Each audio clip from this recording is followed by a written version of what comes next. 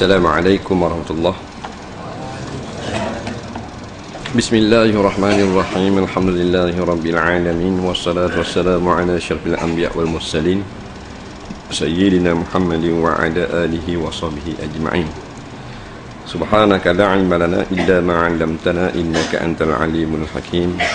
Wala haula wala quwwata illa billahil aliyyil azim. Kita sambung muka surat 65 95.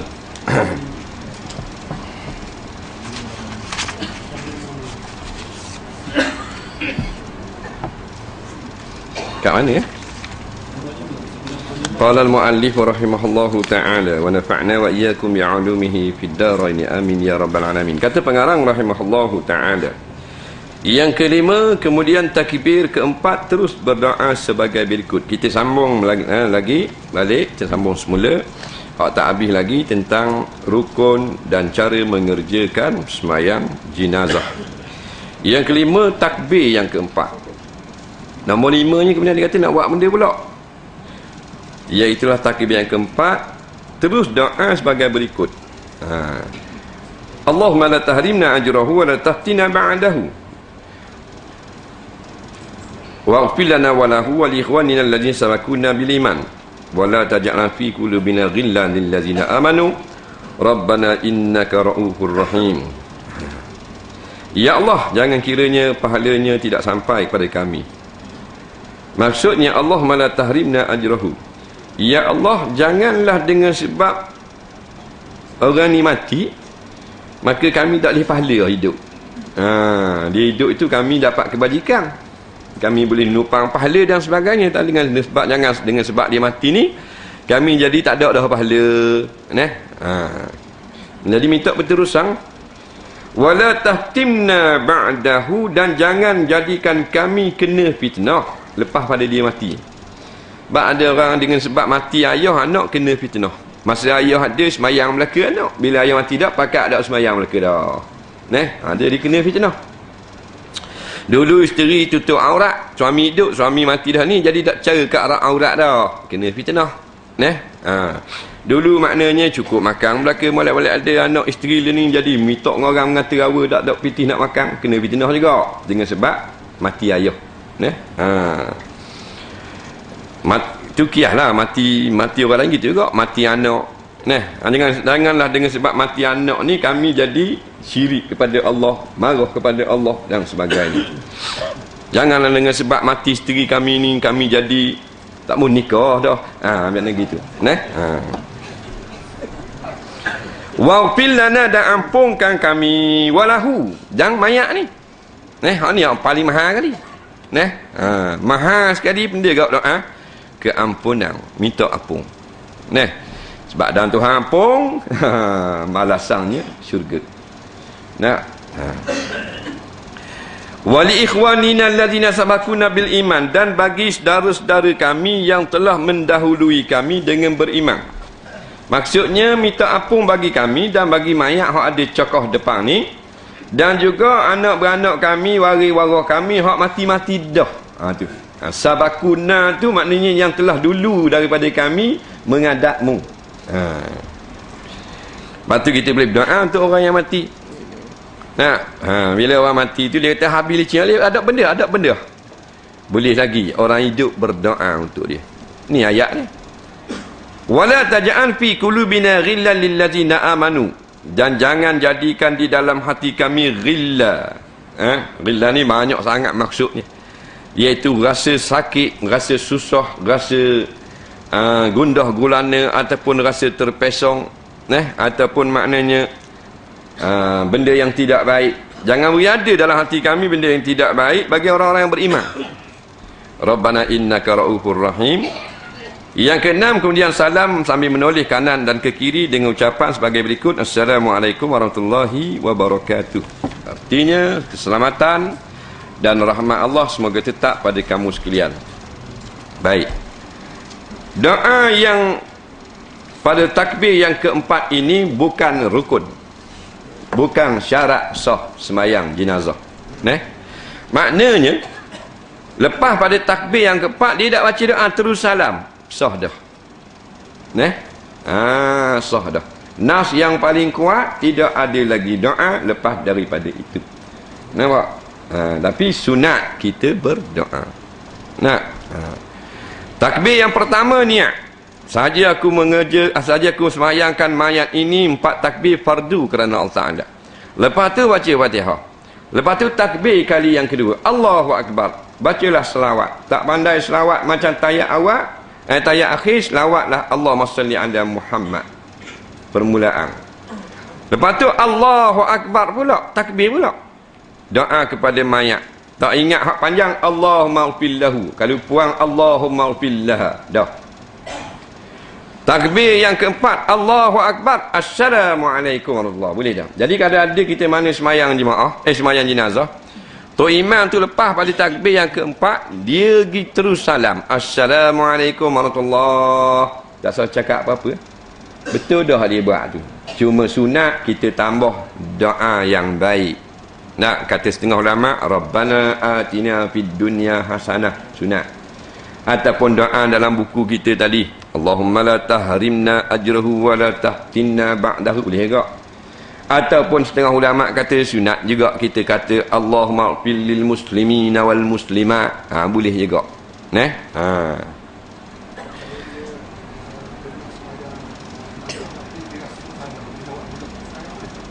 Dia rasa macam dia salah. Dia kena gini. Kalau rasa dia salah, dia betul dah. Dia gitu. Dia kena maknanya ada dalil kita buat salah. Sebab tu lepas pada semayang, Assalamualaikum warahmatullahi, Assalamualaikum warahmatullahi. Ke aku salah baca Fatihah tadi? Tak payah ulang balik dah. Tak payah ulang balik. Dia gitu. Dia dalam belum salam, tengah tayat akhir, mari dalam hati, aku tak baca lagi Fatihah rakaat ketiga tadi, garis. Kena bangun semula, baca Fatihah rakaat semula, tayat akhir semula, baru salam. Lepas salam tak ada salah yang benda-benda dah, melainkan ada bukti. Lepas salam tengok kain bohong besar pinggang lubang, tu lain. Kalau mari baca betul ke tak, macam ni lah. Ni kita belajar ke aku salah itu mayang jenazah, buat semula tak payah. Cerak salah, tu baru buat semula. Kita dengar sini malam ni kita belajar, barulah kita tahu bahawasanya wajib baca Fatihah. Aku semayang minggu lepas tak baca Fatihah pun, aku ingat tak wajib baca Fatihah. Tu lain. Tu ada bukti, ada terang jelas mendapat kat tak kenanya. Jadi kalau kita rasa solat-solat kita macam solat 5 waktu zaman dulu, zaman bahan lara itu, ke banyak dak kena ni. Dulu aku dak dengar mana, ni aku mari dengar. Tak payah qada. Dah lagu mana? Perbanyakkan amalan sunat. Yang kena qada memang cerak. Baru kita dengar malam ni semayang garik 3 rakaat, aku bahan lapang amar tu dulu. Tu baru qada. Faham tu? Jadi sekurang-kurang salam Assalamualaikum, macam salam semayang juga, maka sudah dah semayang. Sunat tambah warahmatullahi wabarakatuh, sunat. Kalau salat maktubah, salat 5 waktu, sunat tambah warahmatullahi sahaja. Yang paling kuat tadi dekat bawah tu, bukan nak wayak khilaf. Kalau solat semayang biasa kita kata Assalamualaikum, lepas tu kita pun batal wuduk, sah dah semayang. Begitu juga dengan solat jenazah. Assalamualaikum, dan kata warahmatullah, batal wuduk, sah semayang jenazah. Solat jenazah disunatkan berjemaah dan hendaklah dijadikan 3 saf. 1 saf sekurang-kurangnya 2 orang. Maka bila solat 6 orang, sebaiknya susun tiap-tiap saf 2 orang supaya menjadi 3 saf. Sabda Nabi SAW, orang Islam yang mati lalu disolatkan jenazahnya oleh 40 orang yang tidak syirik, tentulah Allah memberi syafaat kepada mereka. Sabda Rasulullah SAW yang bermaksud orang mukmin yang mati lalu disolatkan oleh segolongan kaum muslimin sampai mereka 3 saf, tentulah diampuni dosanya. Hadis riwayat ahli hadis kecuali Imam Nasa'i. Maknanya imam lain riwayat mereka, Imam Tirmizi, Ibnu Majah, Abu Daud. Makmum wajib mengikut imam dalam takbir, maka jika makmum ketinggalan pada salah satu takbir hingga imam telah takbir lagi, maka batal solat makmum tadi. Dia gini, yang sebenarnya bukanlah ditetapkan semayang jenazah ini dengan 3 saf atau 40 orang. Kata ulama, maksud hadis-hadis ini iaitu menggalakkan kita semayang jenazah itu biar ramai, lebih lebih baik. Nabi tak kata 6 orang, Nabi kata 3 saf, menunjukkan ramailah. Ramai. Sama ada katakan ada 30 orang. Setengah ulama kata sunat kita buat 3 saf, 1 saf 10 orang. Jadi 10 dia gitu. Tapi kalau dia semayang dia buat sesah saja, pasal masjid dia panjang, lebar, 30 orang tu dia buat sesah saja. Jawabnya sunat juga, ada kelebihan juga. Kerana bukan dibilang tu mustajab doa dengan bilangan sah, dengan bilangan makmum. 1 saf 30 orang lebih baik daripada 3 saf 12 orang. Sebab sah tu Nabi kabar sinak kabar kalau 3 saf makna ramai lah. Dia gitu, baik pada 2 saf. Tapi saf itu kalau kita nak banding dengan saf kita sendiri, bukan saf masjid lain. Faham lagi? Tak faham tu, biar kita nampak. Kita semayang surah kita 1 saf. Katakan surah Gelung Bila ni 1 saf ada 40 orang. Maka 3 saf lebih baik daripada 1 saf. Sebab 1 saf ada 40 orang. Kita semayang subuh tadi 1 saf 40 orang. Kita semayang zuhur 2 saf 80 orang. Kita semayang maghrib 3 saf 120 orang. Hak mana afdal ni? Maghrib lah, sebab 120 orang. Bukan kerana saf dikira orang sebenarnya. Afdal ni nak banding dengan surah kita, bukan surah lain tak lewat kira pula. Masjid surah lain dia besar lagi, katakan kereta kancil TAB 8848. Kereta siapa ni?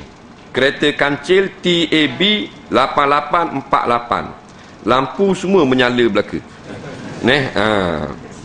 Jadi cepat-cepatlah, kita pun malah nak tolak ramai-ramai ni. Pergi tutup lampu dulu. Baik, surah kita 3 saf 120 orang.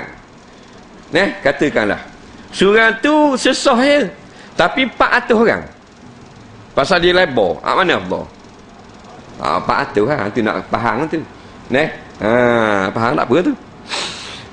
Jadi dalam satu hadis pula kata kalau 40 orang bukan mesti 40. Mana 40 tu ramai. Takkan 40 tu bahan lara belaka. Maknanya dalam 40 orang tu ramai lah yang baik-baik. Mungkin ada selit seorang dua. Hak tak molek, akidah dan sebagainya. Dah sebut 40 mana ramai. Maknanya Nabi kata lebih ramai lebih baik.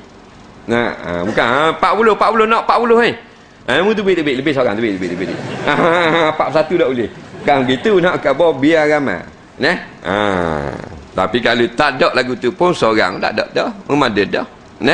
Tapi lebih ramai lebih baik. Kerana inilah sunat diiklankan kematian. Iklan. Iklan ni maknanya diwar-warkan. dihebohkan. Heboh. Bila dia mati malam ni, esok nak semayang, kita perheboh malam ni. Sapa. JKK mati. Tak ingat. Ambo dah ingat sekarang.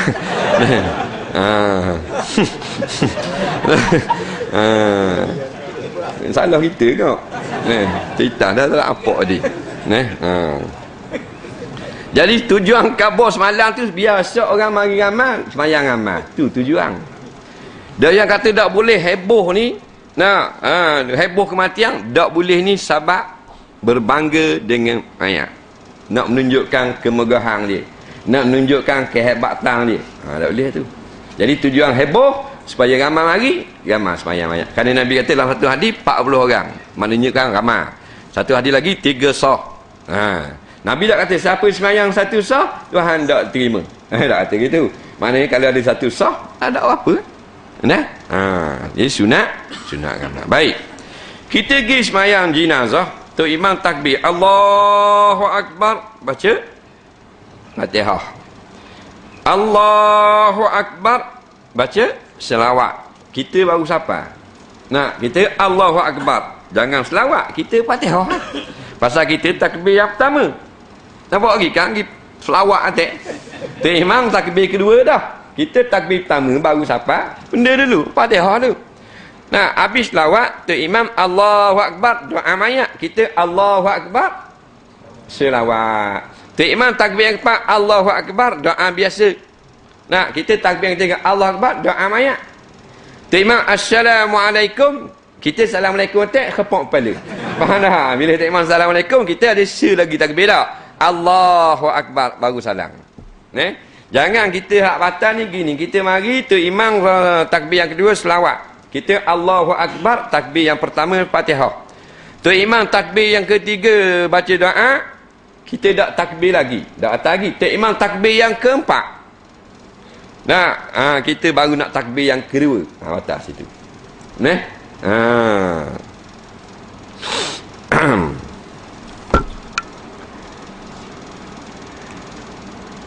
Sebab tu kalau kita orang hok dok mandar ni, hok dok biasa banyak-banyak, orang mandar dak jadi pergi masuklah sama-sama awal-awal ikut sudah. Boleh 3 kali ikut orang semayang mayat anda. Kau duk betul bacaan kau comel lah. Kita kena upgrade tak hidup kita ni. Gaji naik tak mau, martabak dah naik. Dulu kita tak semayang mayat, ni semayang mayat dah. Naik martabak tu. Tambah rank. Main daripada dulu begini selamanya tak semayang. Pasal dah agak cetong lah tu. Dulu aku dah semayang mayat, dah tahu kala aku, ni aku dengar dah. Aku boleh dah semayang mayat. Maknanya hidup kita tu barakah tu, ada keberkatan. Jadi kalau tak pandai, duduk dekat dengan Tok Imam kan. Duduk, jangan mari lewat. Tengok orang masuk sah, kita masuk lagi. Orang takbir, kita takbir. Orang takbir, kita takbir. Tidak payah nak reti nak cover balik. Seorang diri belakang tu. Habis dah. Solat ghaib. Bagi mayat yang telah dikuburkan walau sudah seminggu atau lebih, baik di tempat yang dekat atau yang jauh, boleh dilaksanakan solat ke atasnya. Pelaksanaannya juga boleh di atas kubur. Solat demikian dinamakan solat ghaib. Cara melaksanakan sama dengan solat jenazah biasa. Hanya berbeza niatnya, itu 8 niat ghaib. Salli ala zalikal mayyit al-ghaib arba'a takbiratin fardal kifayah imaman ma'muman lillahi ta'ala. Allahu Akbar. 8 niat solat ghaib untuk perempuan. Usalli ala tilkal mayyitah al-ghaibah arba'a takbiratin fardal kifayah imaman ma'muman lillahi ta'ala. Allahu Akbar. Hak tu hak Arab tak penting. Hak penting kita orang Melayu, niat Melayu. Iaitu bila mayat kita, mak kita mati di Mekah. Mak kita mati di Mekah, dak alik tanah ni tu. Kita solat ghaib sini. Allah, aku semayangkan atas mayat ibuku di Mekah. Tak? Atau yang ghaib boleh tak? Yang ghaib senang. Aku semayangkan atas mayat ibuku yang ghaib. Ghaib ni bukan raib hilang bahan rima tak. Ghaib tak ada sini, ada di negeri lain. Itu mana ghaib. 4 takbir kerana Allah Ta'ala, fardu kerana Allah Ta'ala. Gitu, mudah, cukup mudah. Dia tidak syarat sebut nama dalam semayang mayat. Nampak? Tapi kalau nak sebut nama, sah. Dengan syarat tu. Kalau kita pergi sebut nama mayat lain daripada nama mayat tu, maka tak sah. Dia gitu. Katakan semayang mayat lah, mayat ada depan. Sepatutnya niat biasa sudah, aku semayangkan atas mayat ini 4 takbir fardu kerana Allah Ta'ala.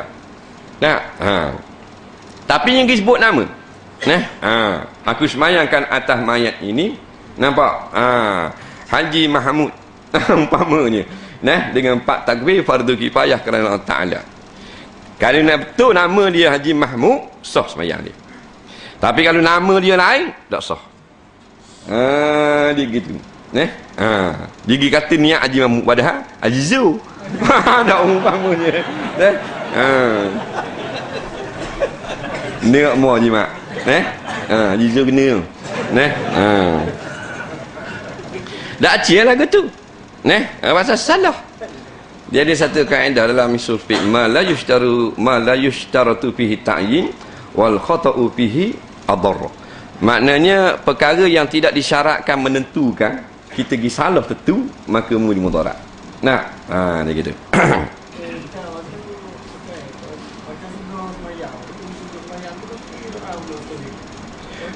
Sudah semayang?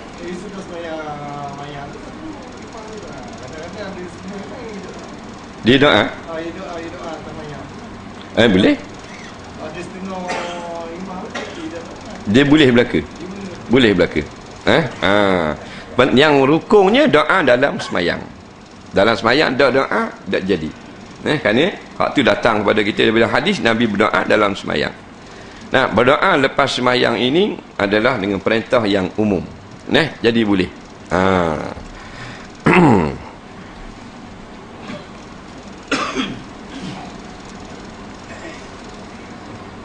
Jadi ingatlah, kalau kita tak boleh nak pergi kepada mayat, mayat ada di Kuala Lumpur, mayat ada di Pulau Pinang, mayat ada di Mekah, mayat ada di Jepun, kita pastikan mayat itu telah pun dimandikan dan sunat selepas dikafankan, kita semayang. Dan kalau mayat itu ada di depan kita tapi tanam dah, caranya semayang pergi di kubur dia. Kita balik kampung, orang kata mati dah. Pak Mak mati dah, Pak Mak jual kerupuk. Kata dah mana kubur? Kubur Kampung Libong. Orang pergi tunjuk. Pergi di kubur tu. Jangan diri atas kubur, ngadak kubur. Ngadak kubur. Allahu Akbar. Atau dia sapa tu jenazah tanang tau. Balik lewat kan. Umpamanya takkan orang nak tunggu. Jadi tunggu-tunggu tak sapa, abah lewat. Umpamanya. Jadi siapa siap tanam. Asal lagi tembul lagi. Dah siapa siap tanam, mayang lah. Balik jajah suap dia.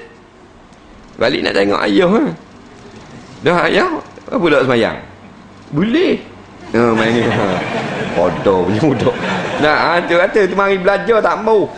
Ayah mu tu daripada kecek bela ke mu. Ada pula mari siapa kata tanam dah. Dak juga. Tengok ayah. Dah tu dengar itu sembang dah kopi. Tak datang bah laju dah dia sembang tu. Itu lepuk tadi. Mayang dulu ni apa nak kata pun semayang dulu. Tanam dah boleh. Boleh.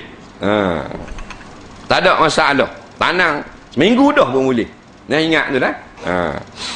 Pasal nak kata tu anak-anak. Mak dia tidak semayang. Bapa tak semayang pasal dia kata siapa orang tanam marang. Kita ada alih cuti balik dia tak ada tiket Sabah.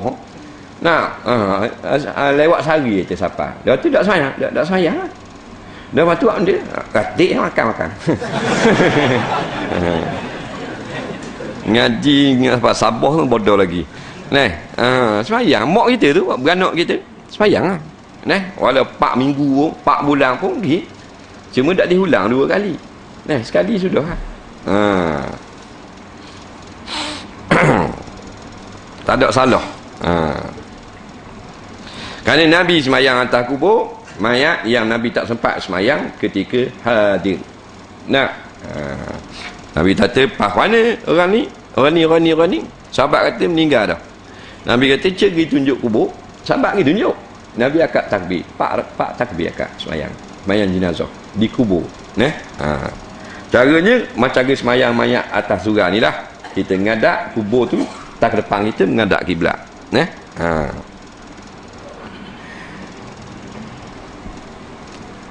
Keterangan jenazah bayi yang baru dilahirkan apabila ia semasa lahir sudah dapat bersuara atau berteriak, maka hukumnya seperti matinya yang sudah tua. Apabila dilahirkan dalam keadaan mati dan sempurna kejadiannya, maka hanya dikerjakan atasnya 3 perkara: dimandikan, dikafani, dikuburkan. Bila keadaan tidak sempurna, maka tidak wajib apa-apa ke atasnya, hanya dikuburkan saja. Adapun orang yang mati syahid seperti orang yang gugur kerana membela agama Allah, tidak wajib dimandikan atau dikafani, hanyalah wajib baginya disemayangkan dan dikuburkan saja. Kita bertikat keterangan, wallahu a'lam. Tengok soalan.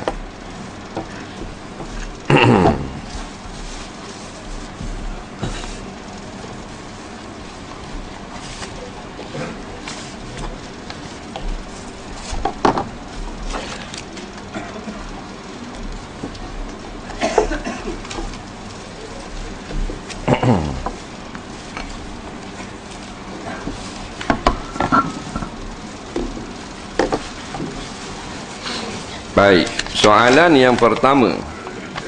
Apa hukum melakukan sebat seperti yang dilakukan di penjara, termasuk perbuatan dibogelkan banduan? Jawabnya, sebat yang dibenarkan sebagaimana dalam hukuman hudud dan ta'zir ialah sebat yang tidak maknanya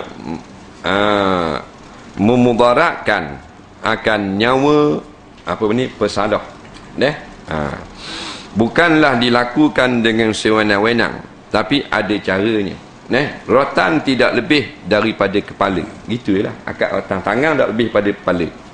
Jangan gini tak boleh. Mana akad gitu je. Khapah kata rotan umpamanya. Kebanyakan di penjara-penjara melakukan hukuman rotan yang bercanggah dengan syarak, kerana dipukul dengan sehabis-habis kuat. Pas belakang tarik ni. Rotan ni besar gini. Tarik pas belakang. Macam main golf. Anak palmer tu. Khapa tu panggil mak. Kalau bapak gangster. Kalau kita terberok terus. Lepas dia cabut, daging tu big. Hukumnya haram. Tu nak menyeksa. Ta'zir dan hudud bukan seksa. Nak menghentikan tabiatnya. Nampak? Membogelkan banduan untuk dihukum adalah haram dengan ijma' ulama'. Kerana Rasulullah memberi pesan, apabila dilaksanakan hudud, hendaklah dijaga aurat pesalah. Sehingga dipesan dalam satu hadis, kancingkan dulu baju-bajunya. Mana kacing dulu baju, padahal raju. Takut bila pukul ni takut jadi cabut butang. Kacing kemah molek. Tak boleh nampak aurat. Salah Tuhan dia. Aurat tak boleh tengok. Hak berlaku dalam penjara seluruh dunia sekarang. Keluar daripada sel tu telanjang ulat dah heret. Piping tu telanjang ulat dah. Bagi cek di doktor lu kesihatan telanjang ulat. Macam anak ke je lah. Cik. Faham tak? Dulu telanjang ulat tak kata apa dah. Bagi kat pak hukum pula telanjang ulat. Lepas tu ikat telanjang ulat. Lepas tu waktu bit telanjang ulat pula. Bagi kat doktor telanjang ulat pula. Balik rumah telanjang ulat pula duduk belajar. 3 minggu, 3 bulan. Kita tanya penjenayah, kena molek 3 bulan. Tidur nerak. Pasal pecah habis ni. 2 ratang pecah habis. Nampak daging, tubik ketar-ketar. Tidur nerak. Dari nak pusing. Hukum laki-laki beri salam ke orang perempuan yang bukan mahram. Jawabnya, orang muda-muda mengikut pendapat yang muktamad tidak harus. Orang yang tua-tua harus. Kerana kira kalau nak kejut kawan semayang subuh. Nak kejut pun tanya juga. Kejut je lah. Dalam suatu hadis, sunat kita menggerakkan ahli rumah untuk bangun. Solat sunat. Sunat kita gerak. Tak gerak tak dosa. Sunat. Maka kalau solat subuh kata setengah ulama jadi wajib. Pasal dia wajib. Solat sunat gerak. Maka kalau kawan-kawan ada saing-saing, maknanya itulah maksudnya sunat kita bangunkan untuk solat sunat. Dan wajiblah kita ni hak tidak tidur ni membangunkan orang. Ini menurut pendapat setengah ulama. Kerana solat itu wajib. Time kita pula tidur, dia pula wajib gerak kita. Bolehkah ustaz huraikan hukum solat sunat yang tidak disunatkan berjamaah? Seperti solat duha atau solat tahajud. Kalau harus, di manakah kitab yang diambil sebagai rujukan? Dia nak kitab ni. Orang ni orang ngaji kitab lah, dia nak pula kitab. Jawabnya, solat duha tidak pernah datang di dalam nas bahawasanya dikerjakan dengan berjamaah. Sahabat cerita Nabi ni berkata ada satu solat yang sangat afdal. Pahalanya begini-begini pada waktu pagi. Akhirnya Nabi kata solat duha tu je lah. Maka kalau kita semayang jemaah lagu mana pula? Begitu juga dengan solat tahajud. Siapa yang bangun pada waktu malam, ambil air semayang dan mengerjakan solat 2 rakaat, maka pahalanya begini Nabi kata solat tahajud. Hendaklah kamu bangun pada waktu malam menunaikan tahajud. Kita buat dengan berjamaah. Apa yang dijawab oleh ulama-ulama, di antaranya Syekh Ibn Hajar Al-Haythami dalam fatwa beliau, hukumnya adalah harus. Begitu juga yang dijawab oleh Syekh Atiyah Saqar di dalam kitab Ahsanil Kalam. Harus mengerjakan salat duha dan salat tahajud dengan berjamaah.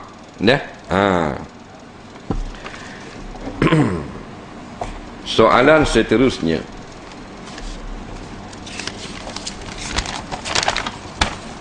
Dulu saya kerja dengan seorang majikan, dia suruh saya buat projek orang tinggal. Saya tak mahu, tapi dia kata kalau saya buat sampai sudah projek, dia akan bagi duit sagu hati. RM4,000, tidak termasuk gaji saya. Tapi bila projek itu siap, dia kata orang tak bayar lagi duit ke dia. Jadi dia tak boleh nak bayar ke saya. Gaji bulanan saya dia bayar dah. Setahu saya dia dapat tanah walaupun tak dapat duit dari kontraktor itu. Soalan saya, adakah duit dia janji RM4,000 itu dikira hutang bagi dia? Bagaimana kalau saya tak halal pergi Mekah pun tak kabur kita? Minta penjelasan. Majikan dia bayar dah gaji, cuma buat manis mulut, buat cakap aku tambah RM4,000 dia jadi gini, hak gaji tu bayar dah, maka lepas bagian gaji buat upah kerja. Hak ni bukan upah kerja, ini hadiah ni jadi janji sajalah. Melainkan kita ada akad sebagai upah. Maka hak tu lain. Ni janji saja. Jadi majikan ini jawabnya dia tidak menunaikan janji saja. Jadi haram kot pihak menyalahi janji. Upah bayar dah gaji tu. Tapi ada buat janji pula menyalahi. Maka hukumnya berdosa majikan dia kerana menyalahi janji. Hak wajib upah. Hak asal rukun orang buat kerja tu. Macam dengan orang nikah lah. Hak rukunnya, hak wajibnya mas kahwin tu. Jadi hak tu, hak kata riak belanja, hak tu janji. Tu wajib tunai juga. Saya ada seorang kawan yang sangat rapat dengan saya, tapi dia tak minat belajar. Dia khabar kat saya macam mana saya nak dakwah dia. Adakah saya perlu bagi kat dia buku agama, mudah-mudahan dia akan baca. Ke macam mana cara ustaz? Tak lama lagi hari lahir dia. Apakah hadiah yang patut saya bagi kepada dia? Jadi kalau mu nak berdakwah kepada dia, dia ni payah sangat nak terima, nak ajak pergi dengar apa tak apa semua, pandai baca, belilah satu buku yang ringkas ceritakan tentang azab hari kiamat lagi. Ini kita pernah buat lagu ni. Hadiah buku tentang hari akhirat, azab hari kiamat, azab kubur dan seumpamanya. Jangan hak cerita tentang kelebihan bidadari dah. Jadi tu. Sebab banyak orang-orang yang keras kepala sungguh, tapi bila dengar CD, dengar kaset, dengar orang ngajar bab api neraka, bab apa ni, mari takut. Mudah-mudahan di samping kita berdoa kepada Allah supaya terbuka pintu hatinya. Soalan seterusnya. Katakan saya jumpa PT 10 riyal, nak buat lagu mana? Jumpa 10 riyal nak buat lagu mana? Gini, kalau kita rasa kita boleh iklankan barang jumpa, maka kita ambil lah. Kalau kita malas nak iklankan barang jumpa, jangan ambil. Jadi bila kita ambil, kita kena ada satu tugas. Nah, iaitu kita kena simpan duit itu elok-elok, harta orang, dan kita beritahulah kepada di tempat yang jatuh itu, kalau kata jemput sini tak ada orang duduk sini tapi nak jalan depan tu kedai kopi, ke bawah kedai kopi tu. Nampak? Dia gitu. Kemudian setelah setahun kita boleh milik. Nah, kita boleh milik. Tapi kalau benda yang memang kalau kita boleh merosakkan dengan lama masa, waktu boleh kita makan selalu. Nah, kita temu tengah jalan kat highway. Dah umpamanya nasi kapik sambal jatuh 2 buku. Nah, takkan nak tunggu congok kat highway tu nak tanya siapa. Nah, depan tu dekat kali 40 kilo, belakang 30 kilo. Jadi kita boleh makanlah nasi kapik tu. Makan selalu pasal dia kat pagi petang basi. Bila tuang dia mari jumpa kita, minta umpamanya setelah setahun berlalu ada orang mari cari kita. Nah, awak ke nama sekian-sekian. Saya dulu, saya orang Singapura, hilang itu nasi kapik 2 buku. Dah umpamanya wajib kita kena ganti balik. Faham tak lagi? Wajib ganti balik. Apa hukum gambar dengan awet? Hukumnya haram lah. Kerana biasanya membawa kepada perkara-perkara yang lebih daripada itu. Asal gambar tu dah haram lagi, duduk 2 orang. Tapi gambar tu buat benda. Sipang pula, duduk tengok orang-orang. Kakak belek. Saya buang saya. Kakak belek, kakak tengok, kakak tiung jadi bodoh gitu. Yang bolehnya ambil gambar orang yang kita nak buat isteri. Kita nak buat isteri, cuma tengok, aku nak tengok gambar dia. Kerana Nabi kata fangzur ilaiha. Bila mu nak kahwin, maka mu boleh tengok dia. Boleh tengok, ulama kias sekarang gambar boleh tengok kau. Hukum tengok aurat laki-laki sama laki-laki. Jawabnya kalau tidak ada darah apa-apa, haram. Tak usah kata aurat biasa duduk rumah teman serumah, main bola dan sebagainya. Dalam kitab-kitab mandi mayat, dia kata dan haram orang yang memandi mayat melihat kepada aurat mayat. Dia tu kan mandi dah. Dia tengok aurat mayat, dibuka gitu, nampak aurat, haram. Maka kita ni, hak berlaku dalam masyarakat, lebih haram lagi. Laki-laki dia tak boleh tengok. Yang boleh tengok aurat kita, isteri kita. Nampak?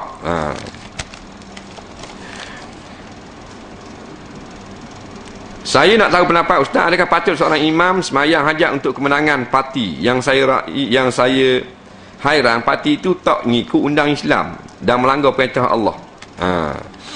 Dia ni tanya masalah satu parti yang tu imam itu ajak semayang beri menang.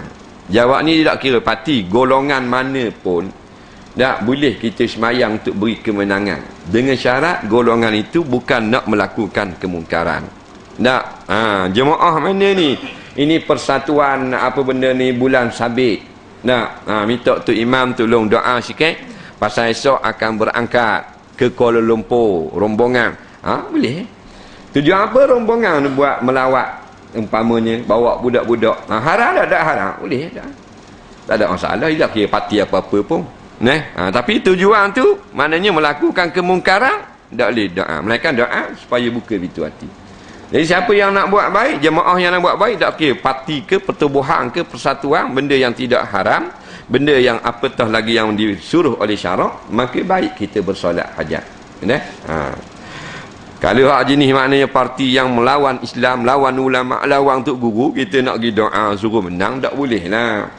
Kerana Imam Ghazali kata barang siapa yang mendoakan kebaikan kepada orang yang melakukan kezaliman, walaupun dengan setengah patah kataan, bukan dengan doa 2 bagi. Kata Imam Ghazali walau bisyatri kalimah, dengan setengah kalimah maka dia telah bersubhat melakukan kezaliman tersebut. Sah atau tidak seorang salat itu sekiranya kita hantar pakaian salat ke kedai yang bukan Islam? Jawabnya, sah atau tidak sah dia tidak kait dengan yang tukang basuh Islam ataupun kafir. Dia kira suci pada syarak, maka hukumnya sah buat semayang. Tok imam basuh baju kita, tok imam atau ustaz yang tukang basuh. Tapi air kecil tak perah molek-molek, tak cucu molek-molek. Sah tak buat semayang? Tak sah. Haji Mak jawab tak sah. Baju Haji Mak dibasuh cuci lah. Rendang, lepas tu masuklah meseng, lepas tu bilah pulak dengan air mutlak, tanggal habis kesang-kesang najis. Yang tukang basuh tu George Bush, sah tak? Sah tak semayang? Faham tu? Cuma kalau ada orang Islam di negeri itu yang buat kerja dobi ini, maka makruh kita atur tempat orang bukan Islam. Kerana pada goleknya orang bukan Islam, mereka tidak mahir dalam bab bersuci yang dikendaki syarak. Nampak? Dia gitu. Soalan seterusnya. Dulu saya teruk. Dan kini alhamdulillah kenal sedikit agama. Macam tulisan Syekh dah ni. Kita kenal tulisan ni. Syekh dah ni. Tapi masalah besar bagi saya, dulu saya suka tengok filem lucu. Kata dah.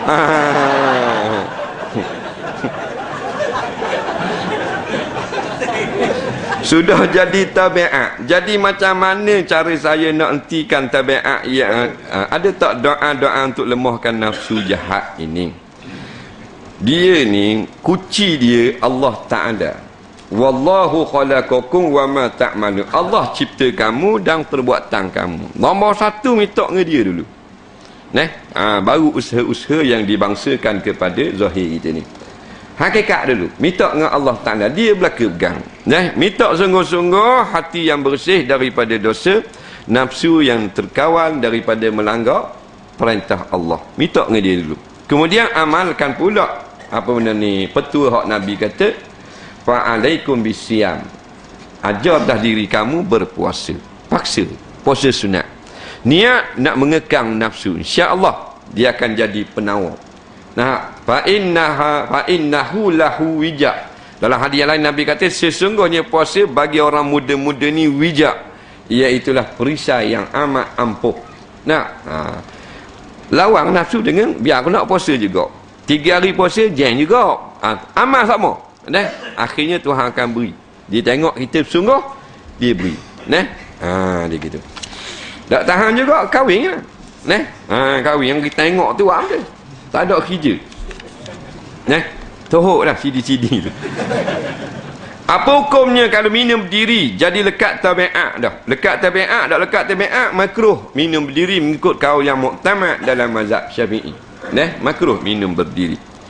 Dulu saya kerja syarikat McDonald Kuala Lumpur. Saya telah mengambil duit syarikat itu diketek.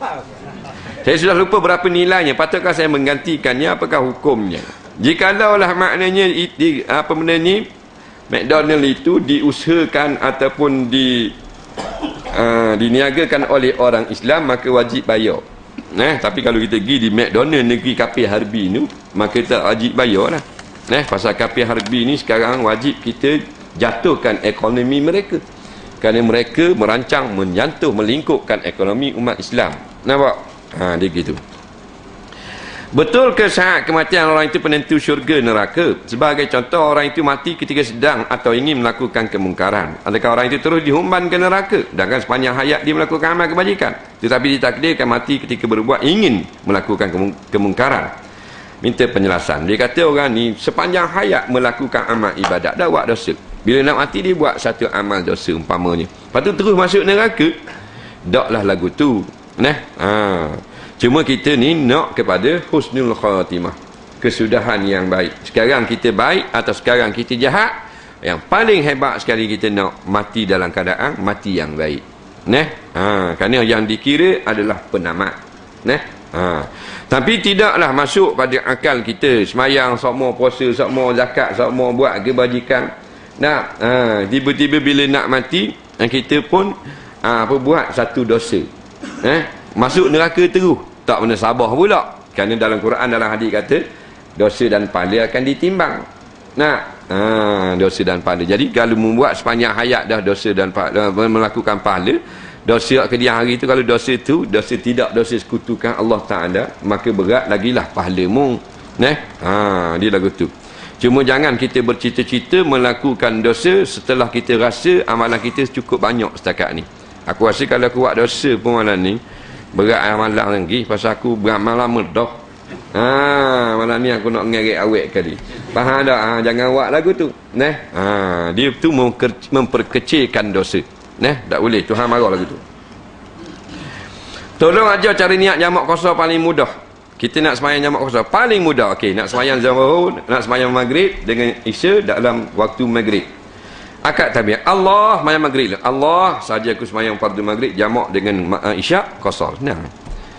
Kat lagi sembahyang Asar pula, sembahyang Isya pula bangun. Allah saja aku sembahyang fardu Isya jamak dengan Maghrib kosong. Itulah cara dia. Neh. Ajar sikit sembahyang jenazah hak paling mudah ajar dah tadi. Neh. Soalan seterusnya. Apakah maksud sakit belang yang boleh menyebabkan rosak nikah? Sakit belang mana pula? Rosak nikah.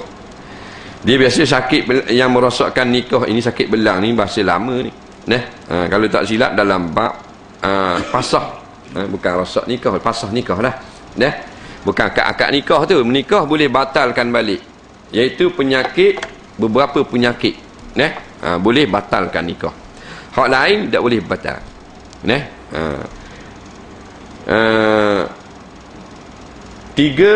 Dua untuk perempuan sahaja, dua untuk lelaki, satu berkongsi laki-laki dan perempuan.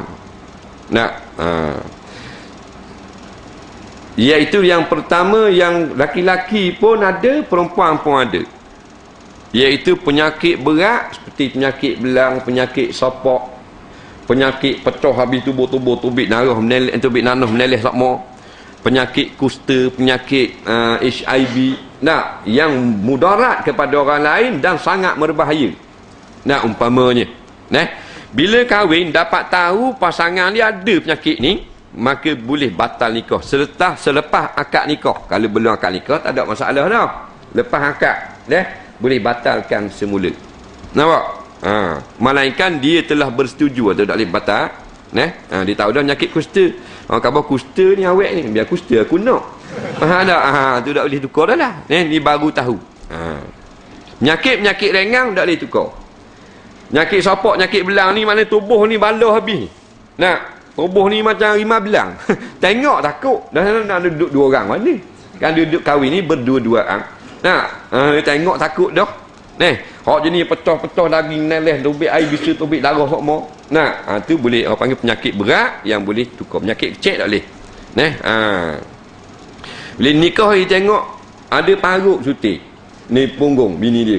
Umpamanya nak tukar, nak pasah, tak boleh. Pasal penyakit tu dikira kecil sahaja. Pengantin perempuan bila nikah barulah tahu laki-laki ni apa benda ni, ada kudi gatal atas belakang 2T. Tu tak boleh tukar dah. Tu mungkin kena cek awal-awal lagi. Penyakit yang apa benda ni, yang perempuan sahaja, laki-laki tak ada. Yang pertama tersumbat daging, yang kedua tersumbat tulang, tak boleh nak jimak. Bila nikah jimak tak boleh. Farat dia sumbat dengan daging. Faham tak? Jadi tak boleh nak lalu. Saya suka lalu saya. Faham ni dah. Faham lah. Dah tanya aku terang lah. Terpaksa kena kabur. Faham lagi tak boleh lalu, tak boleh nak jimak lah. Atau ada tulang dalam. Tengah laluan farat tu tulang duk tunggu. Nak jimak apa ni? Bang di bedek mu. Jadi waktu boleh batal. Beritahu qadi nak batal balik. Qadi siasat tu. Batal kalau sah. Lepas tu penyakit yang laki-laki sahaja. Perempuan tak ada. Yang pertama maqtu' dia panggil, terpotong. Putus. Faham putus? Masuklah mesin tebu, galik ingat. Jolok galik tengok, putus terus. Jadi apa kata ada benda. Mak dia tu gana balik mula ambil. Ada benda mau. Tak putus. Dah jahit. Tu dah ni. Bukan kita nak buat kelakar. Nak suruh faham. Jadi boleh tukar balik. Serta merta. Jadi tujuan tak boleh. Dah putus. Nampak? Kalau kau masih debu tengok. Lembu basikal lalu. Balik tengok. Jeng. Lepas tu lasa kalau kita lama. Arab panggil unnah. Melayu panggil dia cikgu. Uyung. Mati bucuk. Dia tahu lah. Mati bucuk. Tak boleh jimak. Maka boleh batalkan nikah. Itulah. Soalan seterusnya, wajibkah saya qada semula solat saya lepas mengetahui banyak kesalahan dalam solat saya yang terdahulu? Kalau kita yakin kita meninggalkan perkara yang memang ijma' ulama', maka wajib kena qada balik. Tapi kalau kita rasa macam ada buat benda salah, maka tak payah qada, perbanyakkan sembahyang sunat. Saya sudah kahwin dan isteri saya hanya seorang anak angkat. Adakah wajib atas diri saya sebagai suami mencari ibu bapa kandung isteri saya? Jawabnya tak wajib. Syaratnya kita bila berkahwin dengan dia, dengan wali yang betul dah, wali hakim. Dia wali hakim dah. Sunatlah kita tolong cari ibu angkat sebenar. Kerana Nabi kata khairukum li ahli, sebaik-baik kamu orang yang buat baik dengan isteri. Maka di antara maksud buat baik ini, tolong cari keluarga yang sebenar, isteri dia. Sunat. Saya tengah solat, lepas tu saya muntah, sah atau tidak solat saya? Jawabnya sah. Muntah tidak membatalkan solat. Saya mendapat hadiah cabutan bertuah. Hadiah ini untuk orang yang sudah berkahwin. Apakah hukum saya menjual hadiah cabutan bertuah? Kerana saya tidak boleh guna hadiah produk minuman. Kok mana bolok dia ni? Baik, menurut pendapat yang muktamad dalam mazhab Syafi'i, hadiah ini tidak boleh dijual beli. Kalau kita orang yang kaya. Kita orang kaya, bukan orang miskin lah. Bukan kaya ni maknanya orang banyak harta. Orang kaya tak masuk kategori miskin dan fakir. Kira kaya lah macam kita semua ni. Nak makan mi goreng boleh, nak makan laksa boleh, dia kira kaya lah tu. Ada cukup makan. Maka kalau kita tak guna benda tu, kita kena beri hadiah kepada orang lain. Kita tak guna, kita kena hadiah ke orang lain. Macam kita orang hadiah kain pelekat, orang hadiah kita jubah, kita tak padang, kita nak jual boleh, pasal kita bukan orang miskin. Hadiah kita kena hadiah orang balik. Orang miskin dia boleh jual hadiah. Sama macam daging korban. Dia miskin, rawi daging korban banyak ngak, dia kita letak pasar boleh. Kita tak miskin, dapat daging korban banyak, jual, berdosa. Tak boleh. Tapi kalau dulu kita kaya, ada hadiah. Sekarang kita sudah miskin. Kita kira boleh jual hadiah tu. Boleh.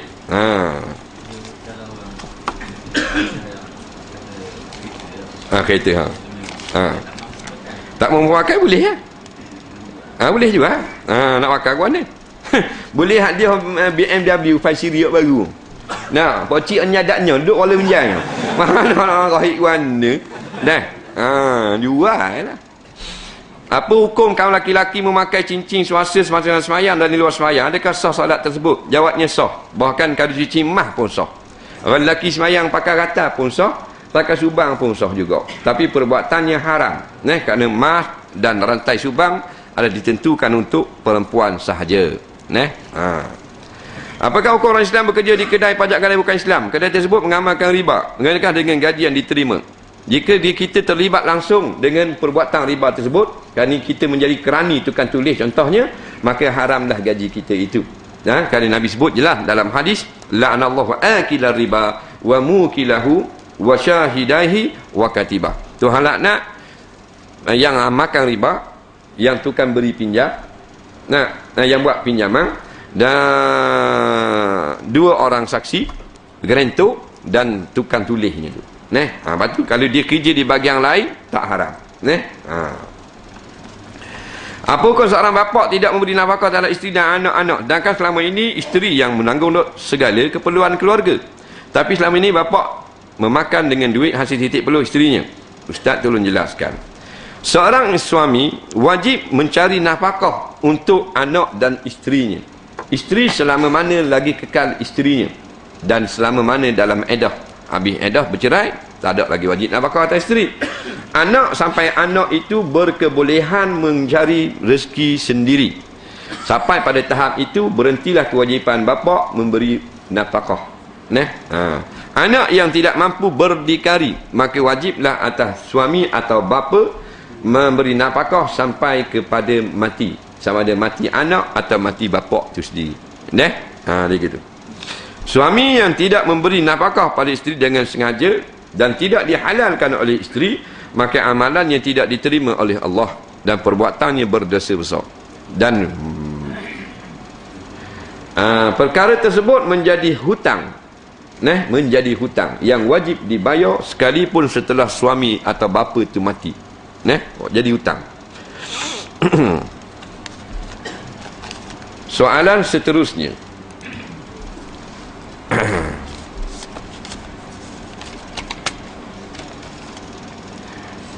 Ada ke bacaan doa pendek untuk kunut? Kalau kita baca Allahumma ighfirli ya ghafur wa sallallahu ala Muhammad wa sallallahu ala Muhammad wa ala alihi wasallam, sah dak kunut kita? Jawabnya sah dah.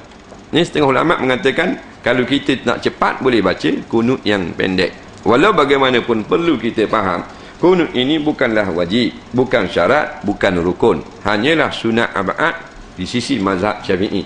Siapa yang membaca doa kunut maka sah semayangnya, dapat fadilat. Siapa yang sengaja tak baca doa kunut pun sahlah semayangnya juga, tidaklah terbatal ataupun rosak apa-apa. Kawan saya nak memakai purdah, tetapi ustazah dia selalu, ustazah di sekolah dia dulu macam tak menggalakkan dia untuk memakai purdah. Ustazah dia cakap banyakkan orang perempuan Arab pakai purdah kerana orang laki-laki di sana nafsu seks kuat. Tapi di Malaysia orang laki-laki tak sama macam orang di Arab. Apa yang saya tahu dalam mazhab Syafi'i, pendapat kuat mengatakan perempuan wajib menutup salah satu semua badan kecuali mata. Macam mana cara untuk meyakinkan dia supaya terus niatnya untuk berpurdah? Apa kelebihannya? Betul ke pendapat itu dalam mazhab Syafi'i? Jawabnya memang benar. Inilah pendapat dalam mazhab Syafi'i yang muktamad, iaitulah perempuan wajib menutup keseluruhan badannya daripada laki-laki ajnabi. Pendapat yang kedua juga daripada mazhab Syafi'i mengatakan wajib menutup seluruh badan melainkan 2 pergelangan tangan dan muka. Inilah yang kita duduk taklid pada kebanyakan muslimat kita, anak-anak kita hari ini. Kurang daripada itu tidak boleh.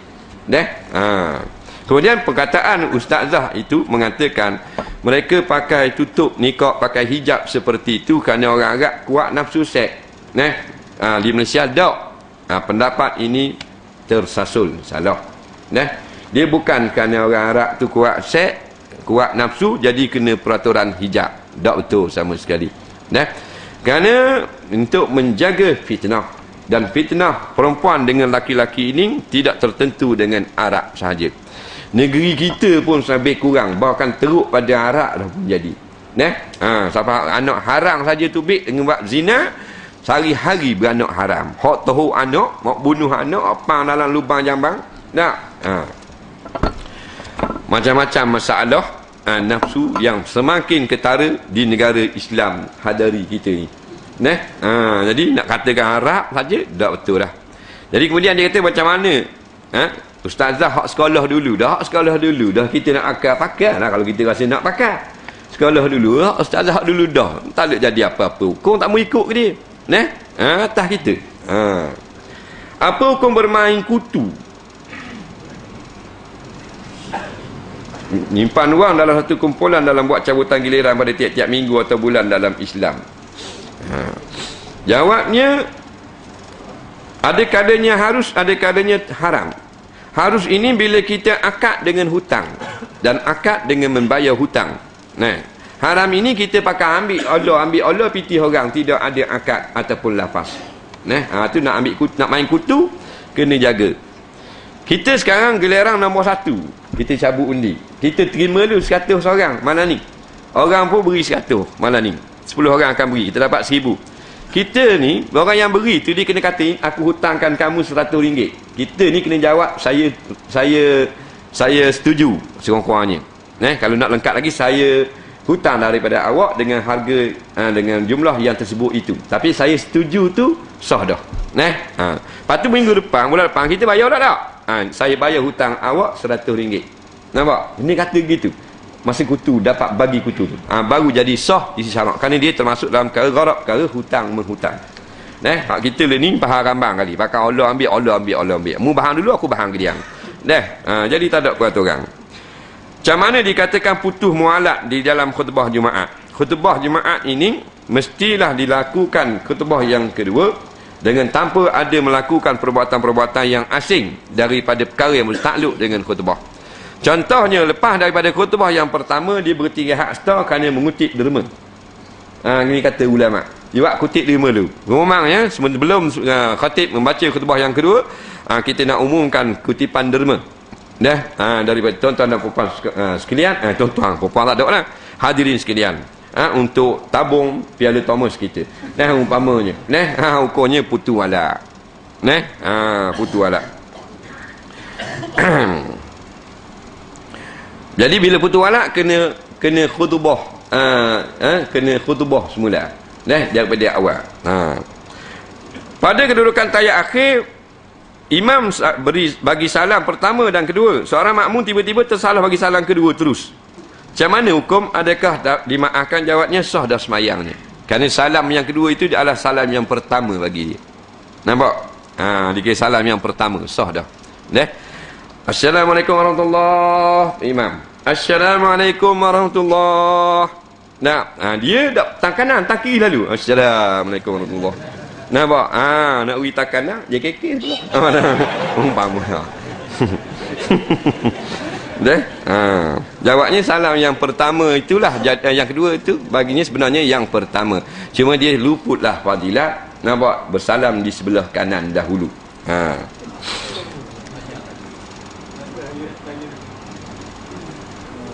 Bayi yang mati dalam kandungan umur lebih 4 bulan dan kurang 6 bulan. Ni kita jawab minggu depan lah. Dia nak cerita tentang bayi mati. Kita cerita dengan lebih lengkap. Apakah hukum melihara burung dalam sangkar kecil digantung dalam rumah? Setengah orang mengatakan akan menyempitkan rezeki, susah bila nak mati. Saya jaga beri makan secukupnya. Dia beli burung, dia boleh dalam sangkar, boleh dalam rumah. Ada orang kata kalau buat gitu nak mati pergi payah. Siapa yang nak mati payah? Burung ke tuang burung? Kalau tuang burung mana tak ada nah lagu tu. Dia kalau kita nak beli burung dibolehkan pada syarak. Walau bagaimanapun sebaiknya membiarkan burung itu terbang bebas. Kerana satu hari Nabi berjalan-jalan, ditengok budak sedang bermain dengan burung. Nabi suruh lepas, tak mau lepas, Nabi beli burung tu dan Nabi lepas. Nanti nak menunjukkan akhlak yang begitu tinggi. Walau bagaimana ulama membenarkan kita membeli burung. Cuma bila kita beli binatang, maka datang satu kewajipan agama kepada kita, memberi nafkah. Makan, minum, tempat tinggal, wajib beri. Makan, minum, tempat tinggal yang selayaknya. Tak cukup 3 tu berdosa. Jangan main-main. Boleh? Kemudian pula setengah ulama mengatakan adalah haram kita mengurung satu burung tanpa pasangan. Hukumnya kata setengah ulama itu tak haram. Tapi kita nak keluar pada khilaf. Kita nak jadi molek. Jadi biarlah pasangan dia. Nampak tak? Sebab Tuhan buat likulli syai'in zaujain. Kami jadikan bagi tiap-tiap benda tu dia ada pasangan mo. Kata ulama. Jadi ada hak jatah dekat sini, dah mula jatah ada jaknya dia. Cengok situ. Kukuk ku. Dia kata tu tak ada apa, happy macam mu tahu bahasa dia. Nampak? Maknanya bila lagi mu nak cari bini ke aku? Dia gitu. Buat dah sepasang. Time dia nak pergi belawang, dia nak belawang lagu, tak apa, awak naik sekejap. Time masuk lah sarang, bola sarang besar pula. Zaman Nabi Muhammad kita berkahwin pakai wali dan saksi, mana nak masa nak akad nikah. Dah pada zaman Nabi Allah yang lain, belum Nabi kita nikah sama juga ke ustaz? Manalah kita tahu. Kerana tidak diterangkan dengan jelas. Sebutnya Nabi-Nabi dulu isterinya begini, anaknya begini. Tapi cara akad nikahnya yang datang kepada kita, cara akad nikah iaitu daripada sunnah Nabi SAW. Warna kuning yang macam mana yang haram dipakai oleh laki-laki ketika solat? Sebab hari itu ustaz kata khabar dengan jelas. Kuning lagu mana? Kuning siang lagu mana? Dulu kita ada khabar, bukan kita yang kata, ulama yang kata. Laki-laki tidak boleh pakai hak kuning siang. Siang ni bahasa Terengganu. Kuning menyiga-nyiga. Kalau ni kuning hak terang tu, hak manjang nak kata lagu mana Nabi tak sebut pula. Kuning lagu mana, kuning betul, kuning macam kangkuma tu, kuning terang. Kain kuning macam kita pergi payung raja. Tengok payung raja. Raja-raja payung kan kuning siang tu lah. Dia kata ustaz tak khabar jelas kuning siang lagu mana, kuning raja ke, kuning tok cia ke, kuning buah betik masuk ke. Jadi nak tahulah hak tu. Jadi kalau budak reti kuning mana-mana, tak payah pakailah kuning. Aku nak khabar purok juga. Masa hari ketujuh umur anak perempuan saya telah buat apa yang ustaz ajar dalam kuliah sebelum ini. Dia buat lelaki bagus ha? Tapi ustaz, bila saya khabar kena sunat, bidang tu kata saya tak berani buat masa umur tu 7 hari tu. Dia nak buat lepas umur anak saya 40 ke atas. Salah tak bidang? Salah bidang ke salah saya? Jadi dia kata dia dengar CD kita ngajar tu, dia buat belaka dah. Iaitulah belah mulut anak buat dah, bubuh nama buat dah, cukup kepala buat dah. Tak nak khitang anak ni, dia tak berani nak buat. Anak perempuan lah bidang dia. Bidang ni khitang anak perempuan. Ingatlah khitang anak perempuan ni wajib. Supaya mengurangkan nafsu syahwat dia. Baik. Apa benda ni? Tok bidang kata tak berani buat 7 hari. Usah cek lagi. 40 hari sikit nampak so sikit kita buat Jawabnya tak salah pun. Bukan wajib buat 7 hari. Sunat. Dibuat masa waktu kecilnya. Tengah ulama' je kata 7 hari yang ke-7. Dia nak buat hari ke-40 ke, umur setahun ke, dia haruskan pada syarak. Tak ada masalah. Janganlah sampai besar. Sebab sekarang banyak budak-budak perempuan tak sunat. Anak lahir 80 hang mula meninggalkan bersunat. Kita tanya orang tua-tua dulu, umur 7 tahun 70 hang itu orang tak tinggal lagi sunat anak puang. Mulanya pada tahun 80-an. Zaman disko itu. Jadi anak-anak umur 80 hang itu dia beranak tahun 80 hang sekarang telah berumur 20, 25, 24. Hak tu yang nano sangat ni. Faham tak? Rupa-rupanya sungguh bila tak sunat anak puang dia jadi nafsu kuat. Khabar atas rezek. Bapak naik atas bank pasir pula. Faham tak? Bapak datang 3 se, 4 se. Nak letak atas tong ikan macam-macam weseng. Tak ada hal sikit pun. Sebeng hak datang lawang dia seorang ni. Tak ada apa awet. Faham tak? Pasal apa? Kisah ni sekarang jadi nafsu kuat. Jadi kita hidupkan balik sunnah Nabi ni. Khitang anak perempuan. Man tamassaka bi sunnati inda fasadi ummati falahu ajru mi'ati syahid. Barang siapa yang menghidupkan balik atau bertahankan sunnah aku ketika umat ramai jadi punah jahanam belaka dah, maka baginya 100 pahala mati syahid. Minta tolong ustaz cerita sikit pasal Ibnu Sayyad. Nak cerita Ibnu Sayyad panjang ceritalah. Jadi rakan-rakan sudah. Ada beberapa hadis yang menceritakan tentang Dajjal. Di antaranya hadis Ibnu Sayyad. Jadi ini cukup terkenal. Walau bagaimanapun, tidaklah pastinya Ibnu Sayyad inilah Dajjalnya. Ibnu Sayyad seorang Yahudi Madinah yang diwar-warkan sebagai bakal menjadi Dajjal. Dan dia pun ada dalam satu riwayat mengaku menjadi Dajjal. Dalam kes ini, ringkas cerita kita orang baru-baru ni, kita yakin sudah bahawasanya Dajjal akan terbit pada penghujung masa nanti sebagai tanda dekat dengan kiamat. Dan kita tidak diwajibkan memastikan Dajjal itu Ibnu Sayyad kah? Atau cerita hak kisah laki-laki di pula tu kah? Atau siapa? Atau ada dekat Golden Triangle kah? Yang kita wajib percaya sebut dalam hadis, Dajjal merosakkan manusia dan dia akan dibunuh oleh Nabi Isa AS. Kata setengah ulama, hadis Ibnu Sayyad ini termasuk hadis yang mutasyabih, yang kesamaran. Jadi tidaklah masuk di dalam akidah kita. Perkara yang membatalkan haji, apa dia? Jawabnya beberapa perkara. Sebutkan yang pertama, Tok Imam. Membatalkan haji, meninggalkan rukun haji. Meninggalkan rukun haji. Lagi yang kedua, melakukan persetubuhan, membatalkan haji. Yang ketiga, murtad, na'udzubillah. Adakah usrah ini sunnah Nabi? Apakah makna usrah? Boleh ceritakan sejarah usrah? Bagaimana cara usrah ini dijalankan? Harap tolong jelaskan. Nak tanya bab usrah. Usrah ini makna kekeluargaan. Kekeluargaan. Usrah ini tidak terkenal pada zaman Nabi SAW. Tidak ada pun dalam hadis, dalam sirah, dalam manaqib, mana-mana cerita Nabi buat usrah. Dengan lafaz usrah.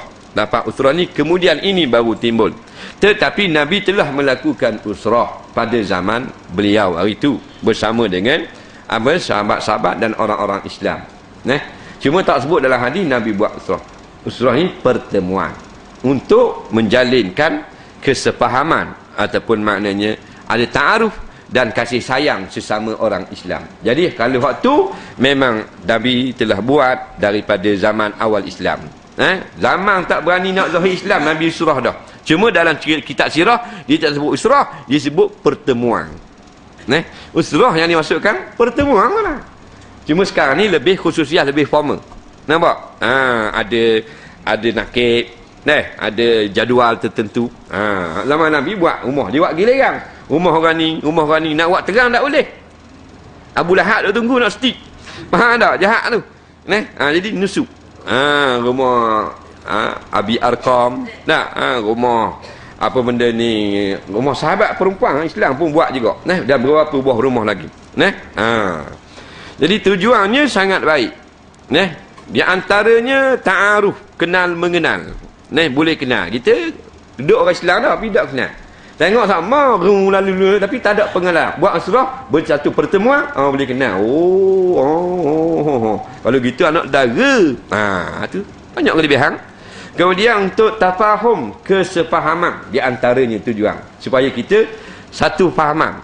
Satu fahaman maknanya dalam segenap segi, dalam bab akidah, dalam bab siasah, dalam bab fiqh, dalam bab kehidupan harian, kita sefahaman. Jadi sebenarnya usrah sangat-sangat dituntut oleh syarak. Kenapa pakai songkok tak dapat pahala? Siapa kata tak dapat pahala? Dia kata pakai songkok tak dapat pahala. Siapa kata? Hak kita kata, kita tak kata tak dapat pahala. Hak kita kata pakai songkok tak dapat pahala sunnah. Tapi kalau dia pakai songkok menutup kepala kerana semayang, dapat pahala sunat menutup kepala. Sebab semayang ini sunat kita tutup kepala. Sunnah Nabi ni dua perkara. Yang pertama hak atas kepala, qalan suah, kita kata qapiyah, piyah. Yang kedua imamah, kita kata serbang. Jadi siapa yang pakai kopiah semayang atau serbang, dia dapat dua pahala. Pahala ikut sunnah pahala tutup kepala Nampak? Ini jawapan yang telah dijawab oleh almarhum Syekh Hasanain Muhammad Makhluf, bekas mufti besar negeri Mesir tahun 50-an. Lepas tu lain daripada itu, tutup kepala yang berbeza dia kata. Seperti pakai tutup kepala orang India, tutup kepala orang Pakistan, tutup kepala orang Turki. Bila dia pakai benda tu untuk tutup kepala dan semayang, dapat pahala tutup kepala. Cuma sunnah serban dengan kopiah. Faham baik? Bukan tak boleh pakai sokok. Hak kita kata sokok hak tinggi tu. Tu nyanyi pakai. Bahasa beri mudarat kepada kita. Hak tinggi tu sokok.